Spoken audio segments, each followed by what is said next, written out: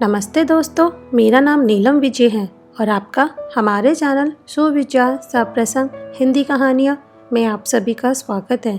आज की कहानी है भगवान पर विश्वास। सुबह से ही बड़ी बेचैनी हो रही थी। पता नहीं क्या बात थी। सौम्या को तैयार करके स्कूल भेज दिया और नहाने चली गई। आकर पूजा की तैयारी करके पूजा करने जाने ही वाली थी कि पतिदेव आए और बोले, यार जल्दी नाश्ता बना दो, आज बॉस ने जल्दी बुलाया है, लंच वहीं कर लूँगा। मैंने पूछा, इतनी जल्दी? हाँ यार, कोई ज़रूरी मीटिंग है, कहकर वो नहाने चले गए।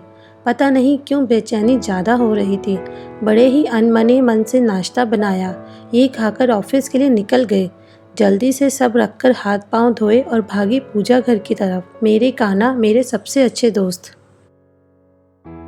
उनसे अपने मन की हर बात कह देती हूँ मैं, फिर डर नहीं लगता, जैसे उन्होंने सब संभाल लिया हो।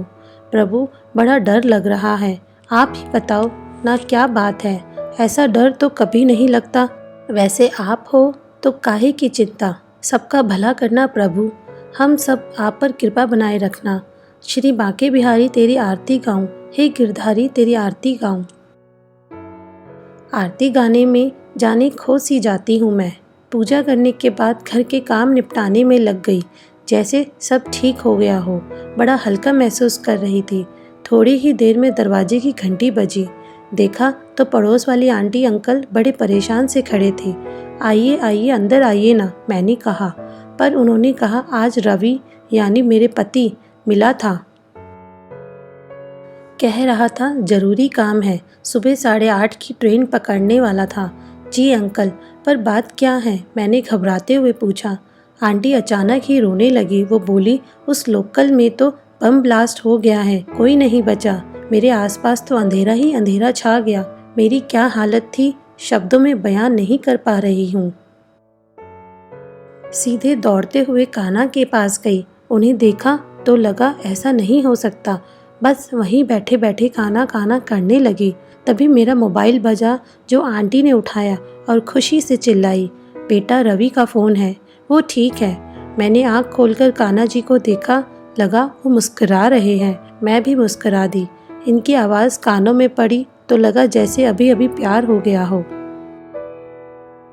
आप बस जल्दी आ जाइए, इतना ही बोल पाई। ये घर आए तो मैं ऐसे गले लगी जैसे किसी का लिहाज ही ना हो। थोड़ी देर में अंकल ने पूछा, क्या हुआ था बेटा, तुम ट्रेन में नहीं गए क्या? नहीं अंकल, बस यहीं मोड़ पर एक बहुत सुंदर ही लड़का मिल गया, साथ साथ चल रहा था। मैंने पूछा, कहाँ रहते हो? पहले तो कभी नहीं देखा तुमको। कहने लगा, यहीं तो रहता हूँ। आप कहाँ रहते हो? मैंने बताया कि मैं शिवम बिल्डिंग में रहता हूँ। ऑफिस का भी बताया।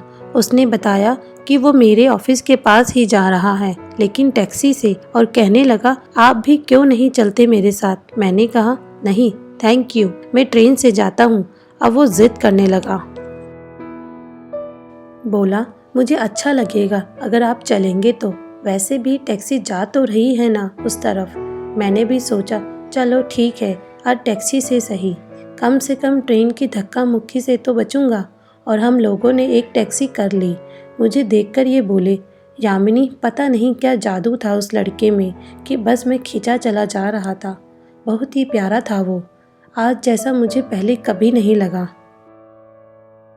मैं भागी कान्हा की तरफ। मेरे सबसे अच्छे मित्र ने आज मेरे पति के साथ साथ मेरा जीवन भी जो बचा लिया था, वो अभी भी मुस्कुरा रहे थे।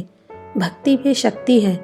जिसका मन सच्चा और कर्म अच्छा है, वही भगवान का सच्चा भक्त है, और ऐसे लोगों पर ईश्वर की कृपा हमेशा बनी रहती है। जय श्री कृष्ण। सदैव खुश रहिए, जो प्राप्त है वही पर्याप्त है। Please subscribe to the channel for Hindi kahaniyan and stories, and don't forget like, share and comments also. Thank you.